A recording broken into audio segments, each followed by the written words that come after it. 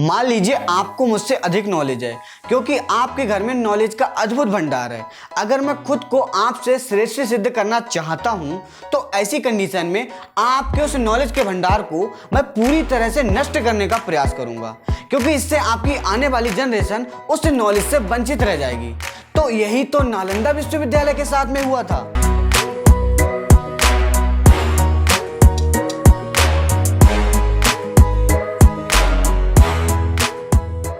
एक बार की बात है, बख्तियार खिलजी नाम का एक मुगल काफी बीमार पड़ गया।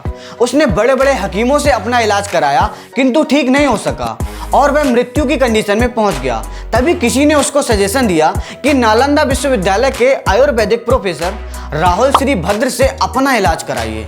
किंतु खिलजी अंकल इसके लिए तैयार नहीं थे, क्योंकि उनको अपने हकीमों पर अधिक भरोसा था।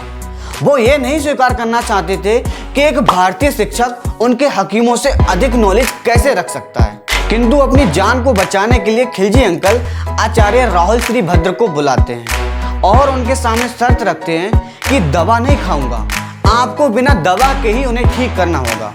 आचार्य राहुल श्री भद्र उनकी शर्त को मान लेते हैं और कुछ दिनों के पश्चात आचार्य राहुल श्री भद्र खिलजी अंकल के पास एक कुरान की पुस्तक लेकर आते हैं और उनसे कहते हैं, इसके एक पेज से आगे के कुछ पेजों का अध्ययन कीजिएगा, आप बिल्कुल ठीक हो जाएंगे। बख्तियार खिलजी ने आचार्य के बताए अनुसार कुरान का अध्ययन किया और कुछ दिनों में ही वह पूरी तरह से ठीक हो गया।